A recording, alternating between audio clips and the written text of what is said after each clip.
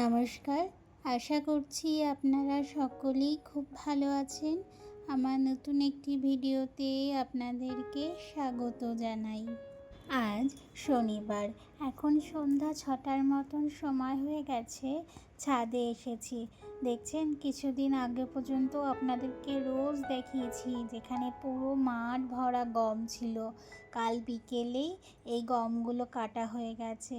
এখন এটা শুধুমাত্র ভুসা, মানে গম কাটার পর যে বিছুলিটা হয় তারই জন্য বসে আছে। এখন এটাও কাটা হয়ে যাবে, পুরো মাঠ আবার খা খা করবে, জানেন তো। আর ওই দেখুন, ওইদিকে মন্দিরের ওপরে আজকে দেখছি লাইটও দিয়েছে। এদিকে লাইটও জ্বলছে, কি দারুণ লাগছে তাই না? দূর থেকে সবার বাড়ির আলো জ্বলে গেছে। এখন প্রায় সন্ধ্যা হতে চললো। সন্ধ্যা হলে হবে কি জানেন, আজ না আমার নিহারিকার মনটা খুব খারাপ জানেন। তাই ও আজ আমার সাথে আর ওপরেই আসেনি, ও নিচে বসেই এক মনে মন খারাপ করছে। আর এদিকে এই কাগজটাতে পুরো তেল দিয়ে ভিজিয়ে সেটাকে শুকোতে দিয়েছে। এটা নাকি কোনো একটা ম্যাজিক করবে। বেশ ভালো কথা। কিছুদিন আগে পর্যন্ত এই গাছগুলোকে আপনাদের রোজ দেখাতাম, প্রত্যেক গাছে ফুল এসে গেছিলো, কড়ি এসে গেছিলো, তাই না? সব বাদরে খেয়ে নিয়েছে জানেন। আর এটায় না খুব সুন্দর একটা হলুদ জবা গাছ ছিল, এটাকে তো পুরোই মাটি থেকে তুলে নিয়ে গেছে। দেখছেন, সব গাছের পাতা পুরো ন্যাড়া, সব গাছের পাতাগুলো খেয়ে গেছে। এত বড় বড় ছাদের উপর শাক হয়েছে, সেগুলোকে খায়নি, পুরো আমার শখের গাছগুলোর ওপরেই এসে অত্যাচার। দেখুন, প্রত্যেকটা গাছকে কেমন ন্যাড়া করে দিয়েছে। আমার লেবু গাছটাকেও ডাল টাল ভেঙে দিয়ে গেছে। এত খারাপ লাগছে না আজকে ছাদের ওপর এসে। বিশেষত ওই গাছটাকে তুলে নিয়েই চলে গেছে। আমি জানেন, দুঃখেতে আমি এই ছাদ ওই ছাদ সমস্ত জায়গা ঘুরেছি, বাচ্চাদের বলেছি একটু ঘুরে ঘুরে দেখো না আমার গাছগুলো পাও নাকি, কিন্তু কেউ বলেছে এখানে আশেপাশে কোথাও নেই। এত মন খারাপ। আর সামনের ওই জাম গাছটার পাতাও ভেঙে ফেলে দিয়েছে। এত বাদরে এসে, এত হনুমানে এসে এ করে। আর দেখছেন, এইটাকে পুরো শুকোতে দিয়েছে, তেল পুরো চুপচুপ করছে, রোদে শুকিয়ে গেছে। এখন সূর্য অস্ত যাচ্ছে, ফড়িংগুলো দেখছেন চারিপাশ দিয়ে ঘুরছে, তাই না? মনে হচ্ছে বৃষ্টি আসবে। রোজই মেঘ করে কিন্তু বৃষ্টি আর আসে না। দেখুন না, আজকে প্রায় কিছুটা জায়গায় মেঘ মেঘ দেখা যাচ্ছে। আর ওই যে দূরের সূর্যের আভা, কি দারুণ লাগছে তাই না? একটু একটু করে হাওয়া দিচ্ছে। দিনের বেলায় এত গরম হাওয়া দেয়, কিন্তু সন্ধ্যার সময় আবার সবাই নিশ্চুপ হয়ে যায়। চলুন নিচে গিয়ে রান্না বান্না করি।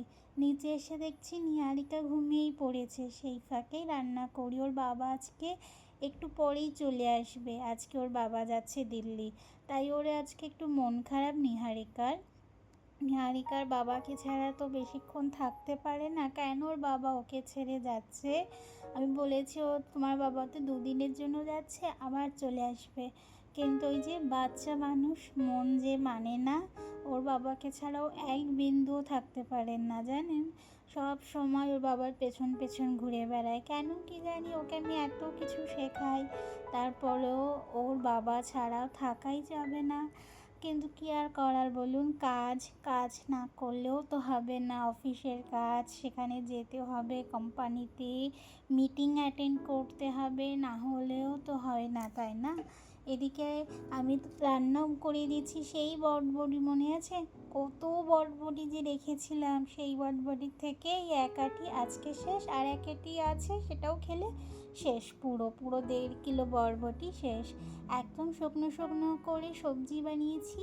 আমাদের এই রাজ্যে না এইরকমভাবে এরা সবজি বানায়, ভালো লাগে জানেন খেতে, একদম সিম্পল পদ্ধতি। আর এগুলো রুটি লুচির সাথে খেতে খুব সুন্দর লাগে। তাই আর ঝোল ঝোল করলাম না, বাড়ি থেকেই খেয়ে যাবে, নিয়ে যাবে না, কারণ রাত 9:30টার দিকে তো ট্রেন। খেয়ে দিয়ে উঠলে তারপরে তো সকালেই নেমে যাবে দিল্লি, কারণ আমাদের এখান থেকে তো দিল্লি বেশি দূর না আমাদের এখান থেকে। তাই রাত্রের জন্য খুব তাড়াতাড়ি করে খাবার বানিয়ে দিচ্ছি, রুটি সবজি খেয়ে দিয়ে বেরিয়ে যাবে। আর রুটিগুলো দেখছেন কত সুন্দর ফুলকো ফুলকো হচ্ছে, তাই না? এই তো চলুন, খাবার দাবার হয়ে গেছে। খাবার দাবার এই যে বেড়ে দিয়েছি রুটি সবজি, তার সাথে একটু স্যালাড, পেঁয়াজ আর শসা, ব্যাগের মধ্যে একটু লেবু আর একটু লবণ দিয়ে দিয়েছি। রাস্তায় একটু লেবু জল বানিয়েও খেতে পারবে। আর নিহারিকাকে কতবার ডাকছে ওর বাবার যে যাওয়ার সময় হয়ে গেছে, এখনই বেরোবে। সাতনা থেকে ট্রেন, কিন্তু এই ট্রেনটা আমাদের পাশে যে জেদবাড়া স্টেশনটা আছে, যেখান থেকে যে নিহারিকা স্কুলে যায় সেখানেই দাঁড়াবে। তাই আর অত দূর যায়নি, এখান থেকে ট্রেনে উঠবে, রাত্রিবেলা ছাড়তে যাবে। এই যে নিহারিকা আজকের মতন একটু বাবার কোলে উঠে নিচ্ছে, আবার তো 2 দিন কোলে উঠতে পারবে না। এই ব্যাগটাতে সব কিছু গুছিয়ে গেছিয়ে নিয়েছে, এই ব্যাগটা করেই নিয়ে যাবে সকাল 2 দিনের জন্য, তো বেশি দিন লাগবে না, মানে বেশি জামা কাপড়ও লাগবে না, ওই একটা ফর্মাল ড্রেস তো লাগবেই। আর নিহারিকার বাবাকে স্টেশনে পৌঁছাতে যাবে এরা 2জন যাবে। আর ওর বাবার গাড়িতে করে স্টেশন পর্যন্ত পৌঁছে আসবে।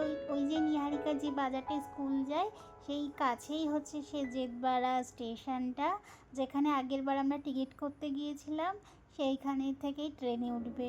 জানেন সেখানে রাস্তাটা তো খুব অন্ধকার, আর রাত্রিবেলা তো আর একা একা আসা যাওয়া করাও যায় না। দিনের বেলায় তবুও 2-4টে গাড়ি দেখা যায়, কিন্তু রাত্রিবেলা তো একদম নিঝুম জায়গা, একা না যাওয়াই ভালো। তাই আমি ওকে বলেছি, ওই যে পিঠে যে ব্যাগ নিল সে হচ্ছে বিট্টু, আমাদেরই প্রতিবেশী, আমাদের একদম ঘরের পাশেই।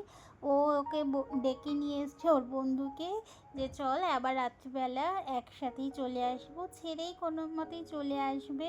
তাই এখন তো অনেক রাত হয়ে গেছে, প্রায় 9টা 9:30টার দিকে ট্রেন, এত রাত্রে একা একা আসাটাও উচিত না। সাতনা স্টেশন থেকেও অনেকে ট্রেনে করে আসবে, আবার জেদবাড়া স্টেশন যখন ইনি উঠবে তখন আবার একসাথে হয়ে যাবে। কি গান গাইছিলে? গানটা গাও তো।